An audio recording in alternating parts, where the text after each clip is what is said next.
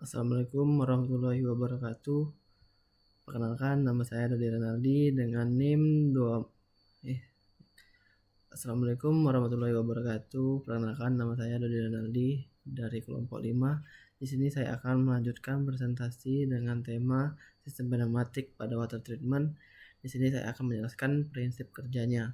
Yang pertama itu ada sistem pneumatik pada pipa penampungan. Nah, di sistem pneumatik pada pipa penampungan ini kita mengetahui datanya, diameter pipa 10 inch, kekuatan air 20 kg, silinder double acting, waktu tutup 10 detik, diameter piston 50 mm, stroke 100 mm, dikontrol dari dua tempat menggunakan katup or. Jadi setiap perancangan pada sistem pipa penampungan pada boiler ini kita ada 3 sistem. Yang pertama itu pipa penampungan, yang kedua pipa pembuangannya, dan ketiga pipa ke boiler. Jadi kita langsung masuk saja ke aplikasi VS2-nya untuk menjelaskan lebih lengkapnya.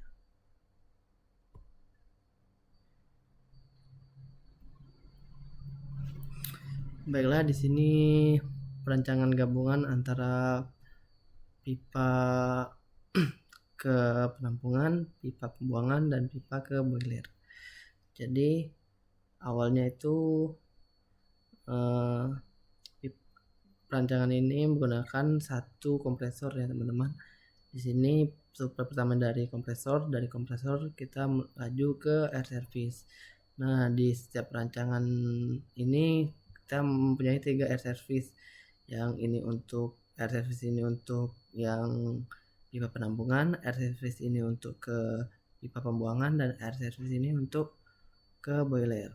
Setiap air service ini berbeda tekanannya teman-teman. Yang pertama itu di tekanan 10 bar, untuk pipa pembuangannya di 6 bar, dan untuk pipa ke boilernya 4 bar. Jadi angin dari kompresor itu masuk ke air service, baru dari air service ini masuk ke katup 5/2.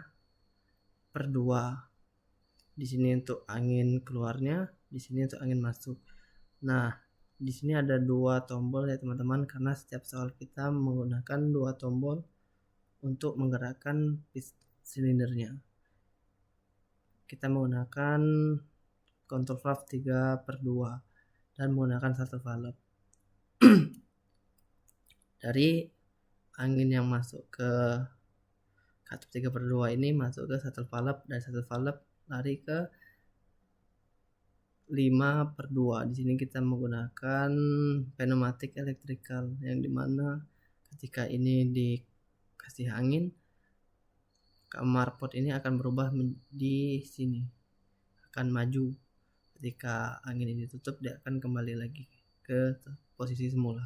Di sini kita menggunakan spring dan one way. One way ini kita kontrol jadi 20%, untuk pipa pembuangan 50%, dan pipa ke boiler 70%. Jadi setiap komponen yang ini semuanya sama teman-teman, yang membedakan hanya tekanan dan flow rate one way nya saja. Kita coba menyalakan ini yang waktu 10 detik. Dia maju perlahan dan mundurnya perlahan. Yang ini ke pembuangan selama 6 detik. Majunya 3, mundurnya 3 ya teman-teman. Yang ini ke boiler.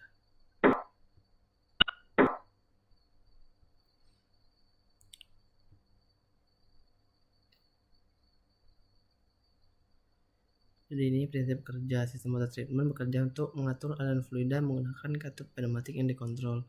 Jalur utama pipa 10 inch, udara bertekanan diatur sebesar 20 kg.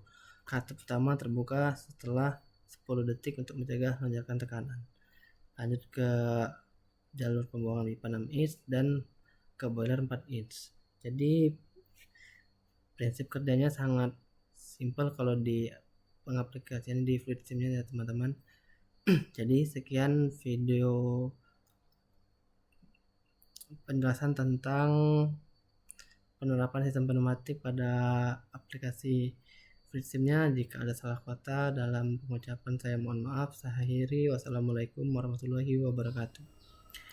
Baiklah, assalamualaikum warahmatullahi wabarakatuh. Di sini saya Muhammad Alif Hidayat akan meneruskan presentasi tentang water treatment.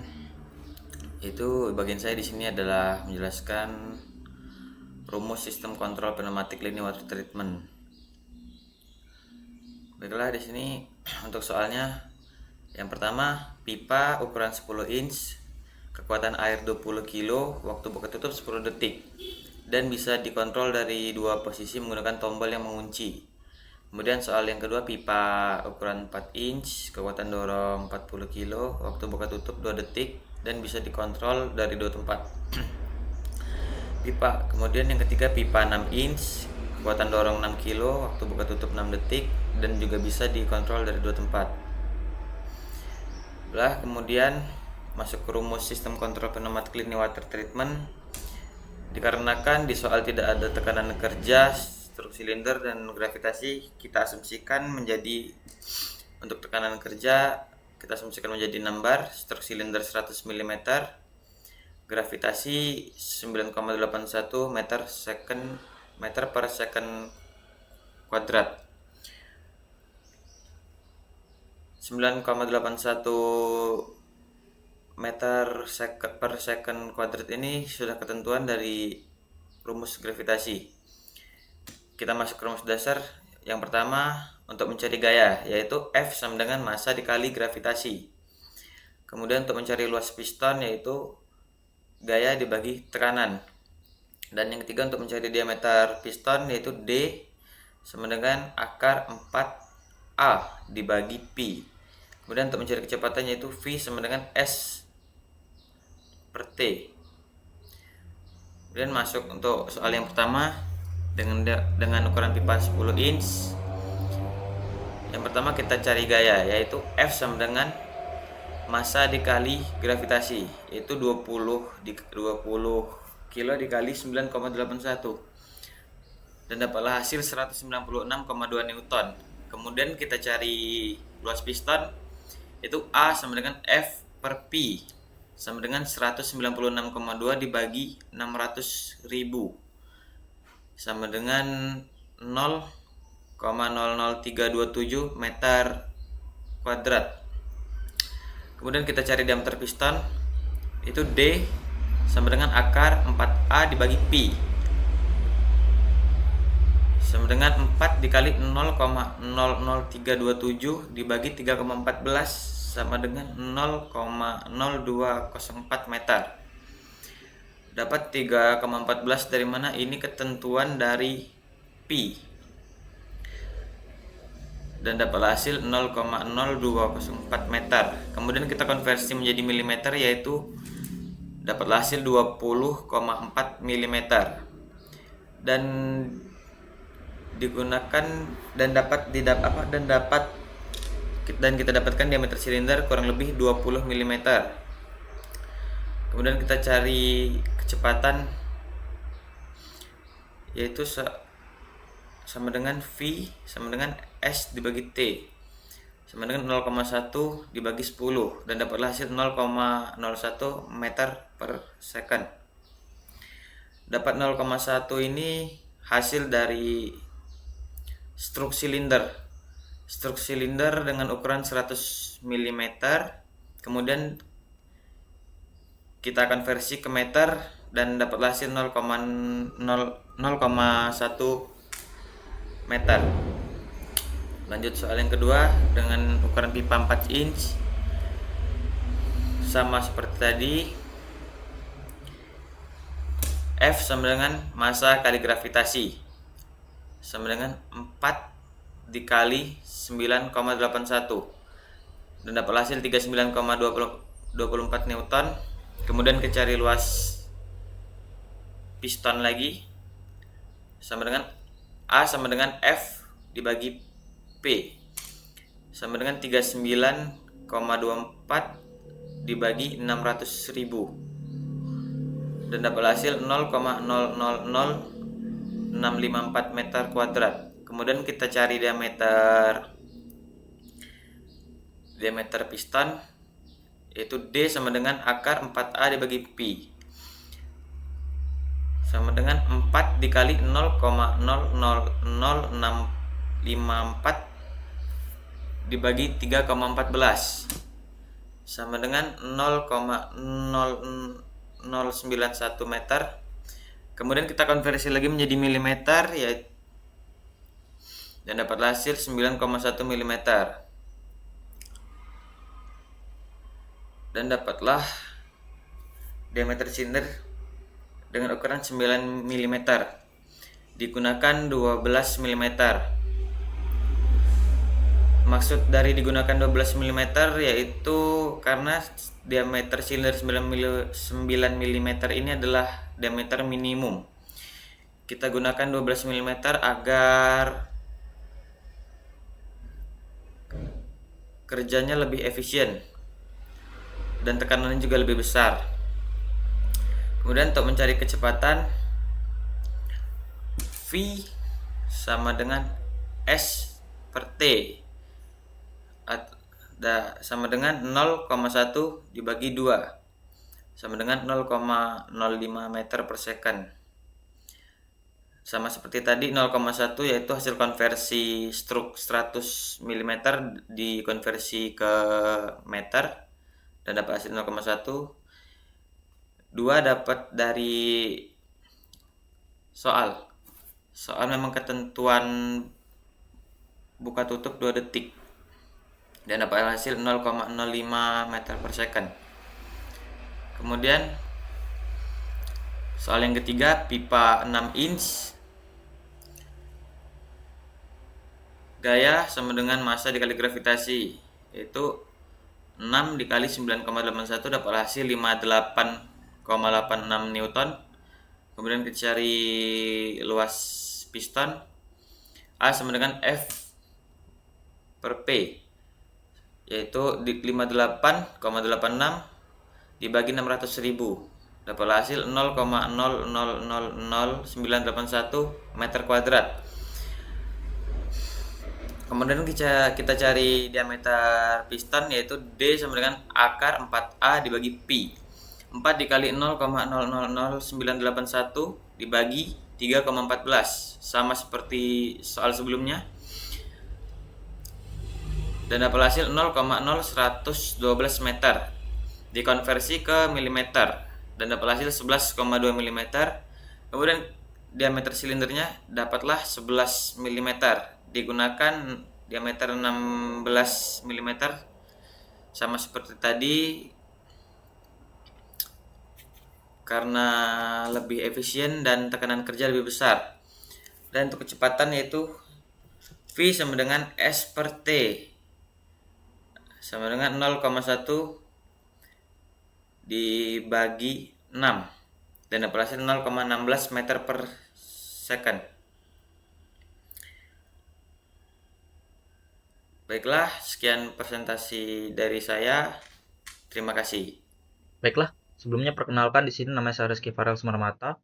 Di sini saya dari kelompok 5 akan menjelaskan apa itu water treatment di industri. Water treatment di industri adalah proses pengolahan air agar kualitas airnya sesuai dengan kebutuhan spesifik operasional pabrik atau standar lingkungan. Di industri, air tidak hanya digunakan untuk minum, tetapi juga digunakan sebagai peran penting bagi bagian dari mesin dan proses produksi. Lanjut ke tujuan sistem pneumatik. Tujuan sistem pneumatik pada fluid sim adalah untuk mempelajari, merancang, dan mensimulasikan sistem pneumatik secara aman, efisien, dan akurat sebelum diterapkan pada dunia nyata. Kita masuk ke bagian-bagian komponennya. Contoh gambarnya. Di sini ada komponen pertama, yaitu kompresor. Kompresor ini sendiri berfungsi sebagai penghasil energi gerak yang mengubah udara atmosfer menjadi udara bertekanan tinggi untuk mengaktifkan aktuator pada katup pipa.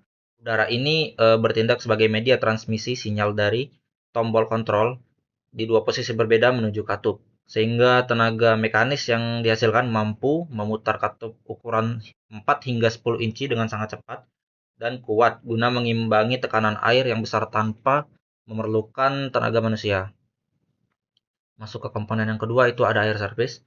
Air service ini terdiri dari beberapa komponen. Yang pertama itu ada filter. regulator, dan lubrikator. Itu biasa disingkat sebagai FRL. Filter itu adalah berfungsi untuk menyaring kotoran dan air dari udara tekanan agar komponen pneumatik tidak rusak. Regulator sendiri berfungsi untuk menjaga dan mengatur tekanan udara sesuai kebutuhan sistem, dilengkapi dengan manometer. Lubrikator itu berfungsi untuk memberikan pelumasan berupa kabut oli supaya gerakan aktuator lebih halus. Fungsi utama dari air service ini sendiri adalah menjamin udara bersih, tekanan stabil, dan sistem pneumatik bekerja secara optimal. Kita masuk ke komponen yang ketiga, ada control valve 3/2. Jenis katup pneumatik ini memiliki 3 lubang dan 2 posisi tombol tekan yang berfungsi untuk menghidupkan dan menghentikan gerak aktuator secara manual. Ini diaplikasikan pada sistem pneumatik sederhana dan kontrol langsung dari operator. Lanjut ke katup OR. Di sini ada katup OR jenis katup logika atau OR pada sistem pneumatik yang cara kerjanya itu seperti mengalirkan udara jika salah satu dari kedua input ini aktif untuk menggabungkan dua sinyal udara ini menjadi satu keluaran. Ini ada item katup 5/2 mechanical valve. Sistem 1 dan 2 menggunakan katup 5/2 untuk operasi jarak jauh dan mampu mengunci posisi terakhir aktuator. Sistem ketiga menggunakan katup 3/2 atau push button atau lever dengan spring return dengan sesuai kebutuhan cukup satu tombol yang berfungsi untuk mengendalikan arah dan posisi gerak aktuator secara aman dan efisien. Lanjut ke item selanjutnya yaitu ada one way flow control valve. Tipe ini adalah inline atau elbow dipasangkan langsung pada port silinder yang ukuran portnya menyesuaikan diameter selang minimal 1/4 atau 3/8 agar aliran udara tidak terhambat. Fungsi utama dari one way flow control valve ini adalah mengontrol kecepatan gerak silinder secara halus dan stabil. Masuk ke komponen yang terakhir, di sini ada double acting cylinder.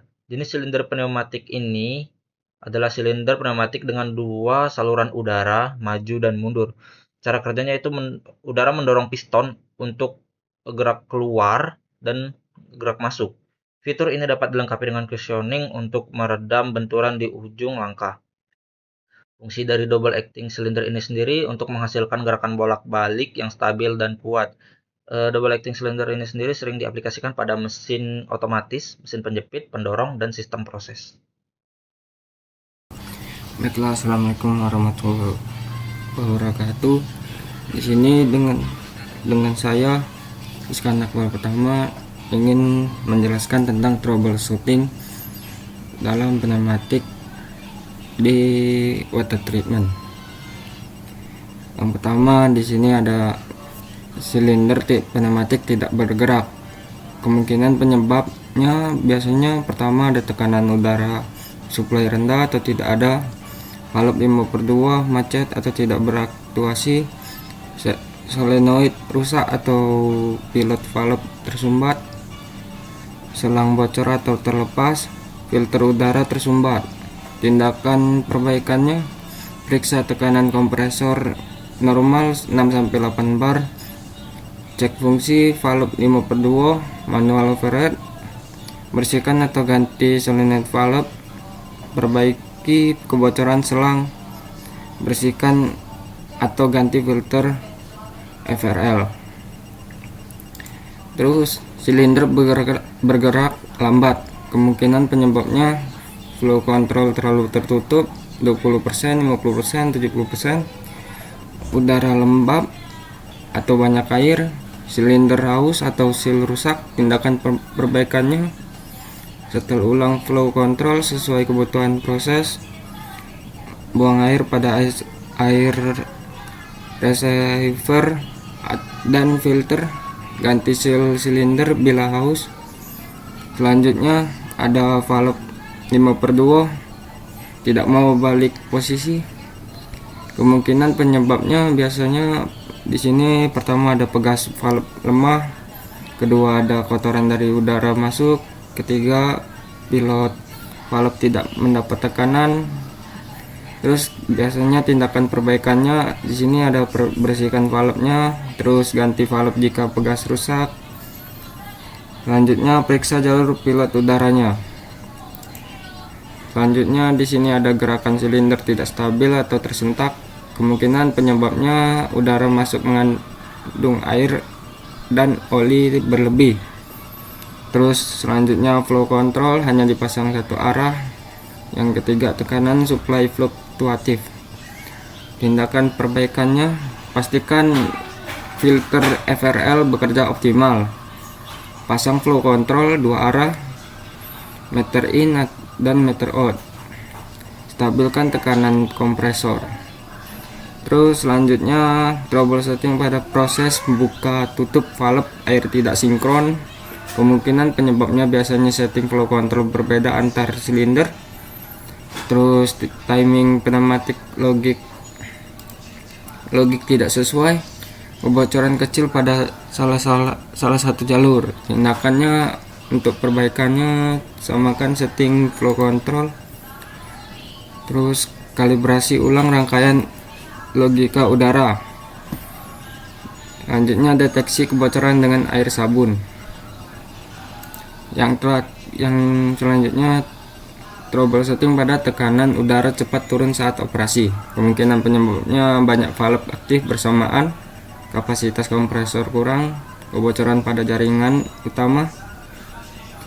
Tindakan perbaikannya, operasikan pada valve secara bergantian. Terus tambahkan air server. Terus yang ketiga ada lakukan inspeksi kebocoran pipa utama. Yang terakhir di sini ada air masuk ke sistem pneumatik. Dampaknya korosi valve dan silinder, kerusakan seal, gerakan lambat. Tindakan untuk pencegahan dan perbaikannya, pasang air dryer. Terus selanjutnya drain filter setiap shift. Yang terakhir gunakan pelumas khusus pneumatik.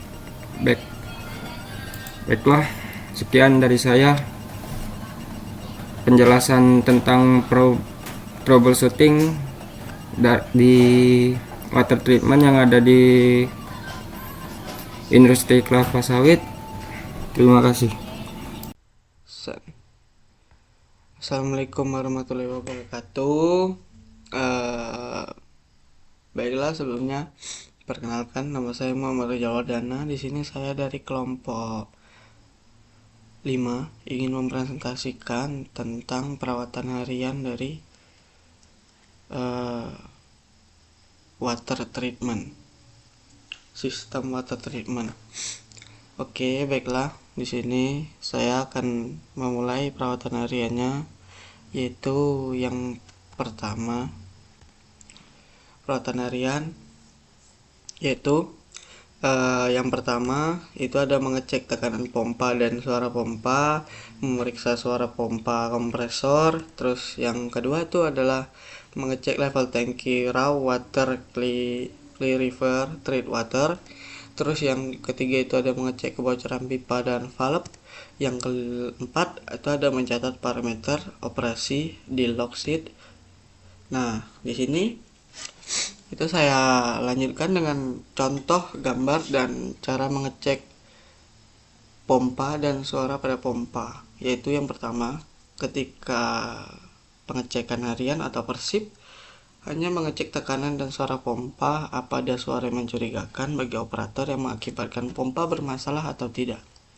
Terus yang kedua, yaitu ketika mengecek mingguan, itu adalah memeriksa yang lebih detail, termasuk perbandingan data yang tepat dari hasil laporan data mingguan. Terus yang ketiga, ketika mengecek pengecekan bulanan, itu memeriksa yang lebih mendalam, termasuk mengecek suhu dan getaran. Baiklah, dilanjutkan lagi dengan contoh gambar mengecek level tangki atau raw water, clarifier atau treat water, yaitu pemeriksaan rutin harian awal shift atau pagi hari untuk memastikan level berada pada kisaran optimal sebelum memulai operasi penuh atau memvalidasi operasi malam sebelumnya. Kalau di akhir shift atau sore hari, untuk memastikan level tangki mencukupi untuk operasi semalaman dari pagi hingga muncul sepanjang hari, dari pagi hingga ke pagi. Terus dilanjutkan dengan contoh gambar mengecek kebocoran pipa atau valve, yaitu di sini ada pengecekan harian, mingguan, bulanan, dan triwulanan atau triwulanan. Yaitu yang pertama di harian itu pengecekan visual. Operator produksi akan melakukan inspeksi visual rutin di sepanjang jalur pipa dan area valve selama shift mereka. Pemantau tekanan atau aliran, memantau parameter operasional di panel kontrol secara terus-menerus untuk mendeteksi anomali yang menunjukkan kehilangan tekanan atau aliran yang tidak normal. Terus ini di pengecekan mingguan, yaitu inspeksi yang lebih menyeluruh terhadap semua valve dan sambungan pipa yang mudah diakses. Bulanan yaitu mengecek mendalam terhadap area yang sulit dijangkau, pengecek kondisi isolasi pipa atau coating anti korosi. Terus di sini dilanjutkan dengan contoh gambar mengecek parameter operasi di log sheet.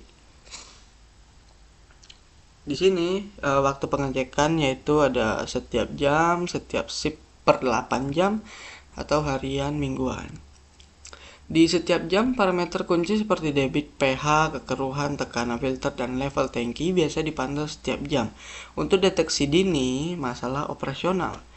Terus yang kedua itu setiap shift per 8 jam, pengecekan yang lebih rinci terhadap dosis bahan kimia dan parameter kualitas air lainnya seperti alkalinitas atau kesadahan dapat dilakukan setiap pergantian shift. Dan dilanjutkan dengan harian atau mingguan, analisis laboratorium yang lebih mendalam untuk parameter tertentu yang tidak berubah cepat seperti total padatan terlarut TDS atau biological oxygen demand BOD dapat dilakukan setiap hari atau minggu. Oke, di sini berakhir PPT dari saya, yaitu tentang perawatan harian. Jika ada salah kata maupun salah bicara yang kurang tepat terhadap PPT saya akhiri. Assalamualaikum warahmatullahi wabarakatuh.